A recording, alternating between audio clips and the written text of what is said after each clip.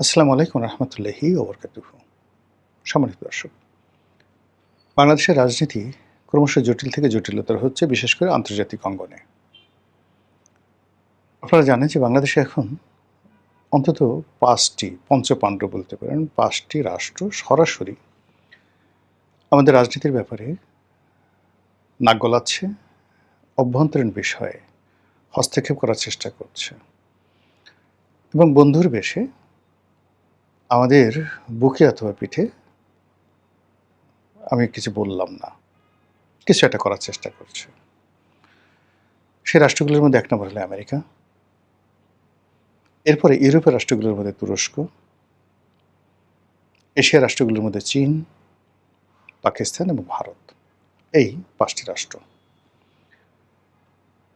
আপনি যখনই কোনো একটা জায়গাতে দেখবেন এরকম সংখ্যা ৫টির সংখ্যা হয়, পঞ্চপাণ্ডব।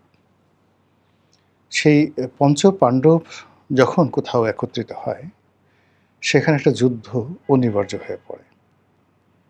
যেকোনো একটা জায়গাতে কতগুলো ট্রায়াঙ্গেল রয়েছে। যেমন ধরুন দুটো পক্ষের মধ্যে সংঘর্ষ, ৩টি পক্ষের মধ্যে সংঘর্ষ, এটিকে ট্রায়াঙ্গেল বলা হয়।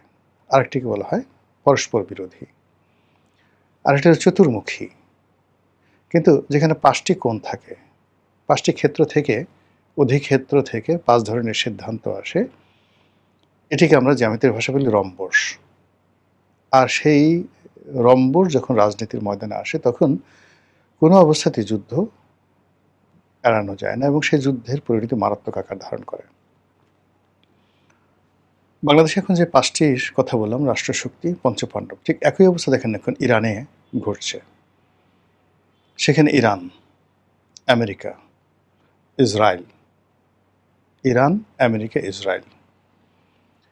এরপর রাশিয়া এবং চীন। দেখেন ৫টা রাষ্ট্র। এই ৫টি রাষ্ট্রের যে স্বার্থ এবং অন্যান্য যে বিষয়, এই পুরো বিষয়, পুরো মধ্যপ্রাচ্য, হরমুজ প্রণালী এবং আরেকটা হরমুজ প্রণালীর মতো গুরুত্বপূর্ণ আরেকটি প্রণালী রয়েছে, যেটা বাব আল মান্দ, ইয়ামেনের কাছাকাছি, যেটি হুতিরা নিয়ন্ত্রণ করতে পারে।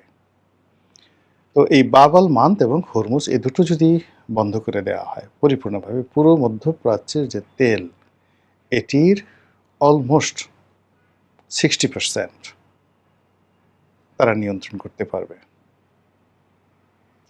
তো সেই বিষয়গুলো এখন খেলছে ৫টি পক্ষ। এর কারণে দেখুন বারবার সমঝোতা হচ্ছে, বন্ধ হচ্ছে, আবার সেই যুদ্ধ শুরু হয়ে গেছে। বাংলাদেশে একই অবস্থা।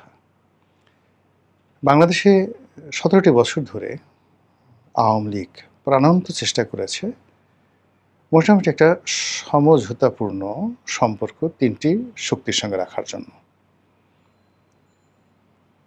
১ নম্বরে ভারত, ২ নম্বরে চীন। এখানে তারা মোটামুটি সফল হয়েছে। কিন্তু আমেরিকার সঙ্গে তারা পেরে ওঠেনি।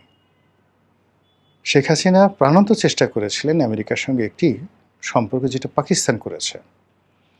পাকিস্তান চীনের সঙ্গে সম্পর্ক রাখছে, আমেরিকার সঙ্গে সম্পর্ক রাখছে। আবার রাশিয়ার সঙ্গে, ইরানের সঙ্গেও কিন্তু তার সম্পর্ক ভালো আছে। এটা পাকিস্তানের ভৌগোলিক অবস্থা, পরমাণু শক্তি, অন্যান্য সব মিলে হয়তো পাকিস্তান পেরেছে, বাংলাদেশ সেটা পারেনি। কিন্তু এখন যে অবস্থা তৈরি হয়ে গেছে, সে অবস্থা হলো যে এই যে পঞ্চপাণ্ডব ৫টি দেশ, এই ৫টি দেশের ভিন্ন ভিন্ন স্বার্থ রয়েছে। আবার তাদের অভিন্ন স্বার্থ রয়েছে ৫টি দেশের। আবার ৫টি রাষ্ট্র ২টো বলয়, ৩টি বলয়, প্রথমত ৩টি বলয়ে তারা বিভক্ত হয়ে কাজ করছে। যেমন চীন এবং পাকিস্তান একত্র হয়ে কাজ করছে, এটা হলো একটা বলয়। আরেকটা হলো আমেরিকা এবং পাকিস্তান, এটা হলো ২টো বলয়। আরেকটা বলয় হলো ভারত এবং আমেরিকা, ৩টি বলয়। তো ৫টা শক্তি ট্রায়াঙ্গেল হয়ে ৩টি কৌণিক দূরত্ব তৈরি করে বাংলাদেশের সঙ্গে তারা রাজনীতি, অর্থনীতি, সাম্রাজ্যবাদী নীতি সব কিছু করার চেষ্টা করছে। এবং এখানে দেখুন ৩টি অ্যাঙ্গেলের মধ্যে ২টো অ্যাঙ্গেলই আমেরিকা আছে। ভারতের সঙ্গে আমেরিকা আছে, পাকিস্তানের সঙ্গে আমেরিকা আছে। আর তুরস্ক যে বাংলাদেশের সঙ্গে যে কাজটি করতে চাচ্ছে, সেটি সে মূলত এখানে একটা কারোর সাথে যোগাযোগ না করে তার যে একটা নিজস্ব যে একটা আইডেন্টিটি আছে বর্তমানে একে পার্টির, তার ধারাবাহিকতা এখানে একটি ইসলামী রাষ্ট্র, উগ্রবাদী একটা শক্তি তারা এখানে প্রতিষ্ঠা করতে চাচ্ছে। এটা ডাইরেক্ট তুরস্ক সরাসরি। এখানে আমেরিকা, ভারত কারোর সঙ্গে তার কোনো যোগাযোগ নেই। তো বোঝার চেষ্টা করুন, এই অবস্থাতে একটি সরকার এখন যে আছে, সেই সরকার সবচেয়ে নাজুক অবস্থায় আছে।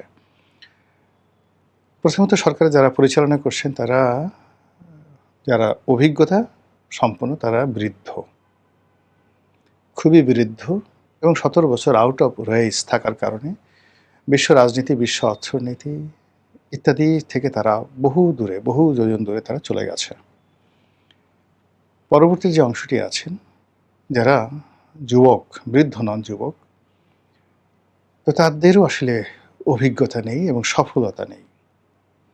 এর বাইরে একেবারে নবীন কিছু মন্ত্রী আসছেন যাদের অভিজ্ঞতা কনসিস্ট বাংলাদেশের মধ্যে সীমাবদ্ধ। কাজে এ সকল বৃহৎ শক্তির ডেপুটি সেক্রেটারি পর্যায়ের একজন ঝানু, আমলা, কামলা, অথবা ধরুন সেই দেশে একজন রাজনীতিবিদ, তাদের সঙ্গে টেবিলে বসে 1 to 1 আলোচনা করে দেশের সমস্যার সমাধান করার মতো কেউ নেই। এই মুহূর্তে সরকারের সবচেয়ে গুরুত্বপূর্ণ দুজন ব্যক্তি, আমি কোনো সমালোচনা করছি না। ১ নম্বরে জনাব সালাউদ্দিন সাহেব, ২ নম্বরে খলিলুর রহমান সাহেব। এখন সালাউদ্দিন সাহেব এবং খলিলুর রহমান সাহেব নরেন্দ্র মোদীর সঙ্গে বা ডোনাল্ড ট্রাম্পের সঙ্গে বৈঠক করবেন, সেটা অনেক পরের বিষয়। খালি জাস্ট দেখুন,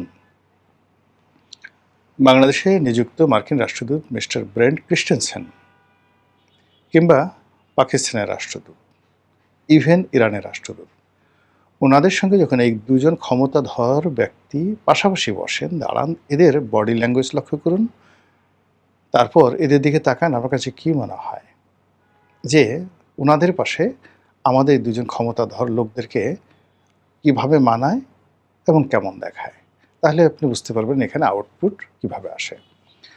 অথবা ধরুন প্রধানমন্ত্রী, এখন প্রধানমন্ত্রীকে উপস্থাপন করার জন্য সামাজিক মাধ্যম এখন একটা গুরুত্বপূর্ণ প্ল্যাটফর্ম।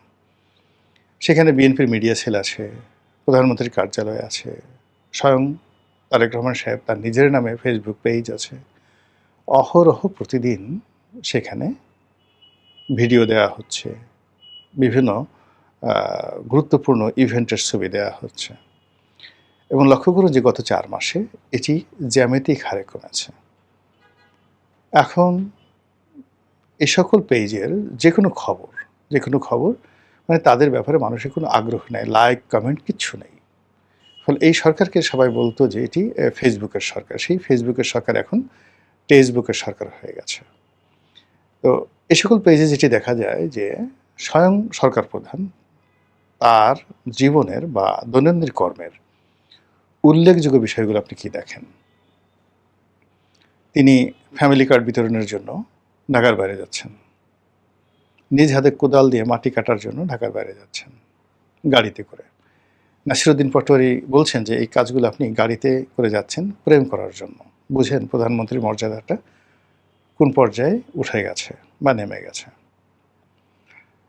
তারপর তার যে রাষ্ট্রীয় আচার, সেই আচারে গিয়ে দেখুন যে যখন কোনো একজন রাষ্ট্রদূত যাচ্ছেন তার সঙ্গে দেখা করার জন্য, সেখানে প্রধানমন্ত্রী ছবি তুলছেন, কথা বলছেন। How does it looks? এটা দেখতে আপনার কাছে কেমন লাগে? এরপরে তিনি অন্যান্য যে সকল বৈঠক করছেন, নন ফর্মাল ওয়েতে অনেকের সঙ্গে কথা বলছেন, প্রতিদিনই একটা না একটা ঘটনা ঘটছে। এই পুরো জিনিসগুলোর মধ্যে আপনি দেখবেন যে সরকার আসলে হাঁপিয়ে উঠছে।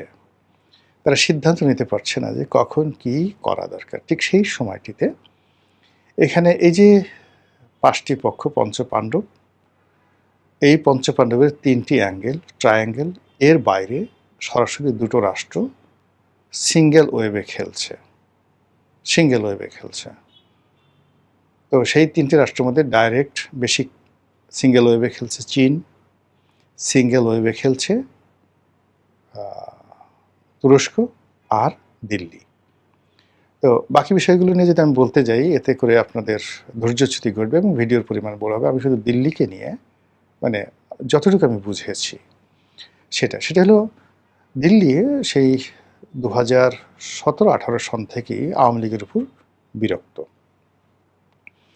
এর কারণ হলো দিল্লি মনে করছে দুটো বিষয় দিল্লির অ্যাজ এ হোল, যে আওয়ামী লীগ নামক যে দলটি বাংলাদেশের যে স্বাধীনতাটি বা শেখ পরিবার, এটি মূলত দিল্লির অবদান রাষ্ট্রীয়ভাবে। তো তারা তাদেরকে সবসময় চেয়েছে দিল্লির দাস বা দিল্লির দাসী হিসেবে। এখানে বাংলাদেশে যিনি রাষ্ট্রদূত আসবেন, তিনি ডিপটি অ্যাম্বাসেডর হন বা অ্যাম্বাসেডর হন, তিনি প্রধানমন্ত্রীর দরবারে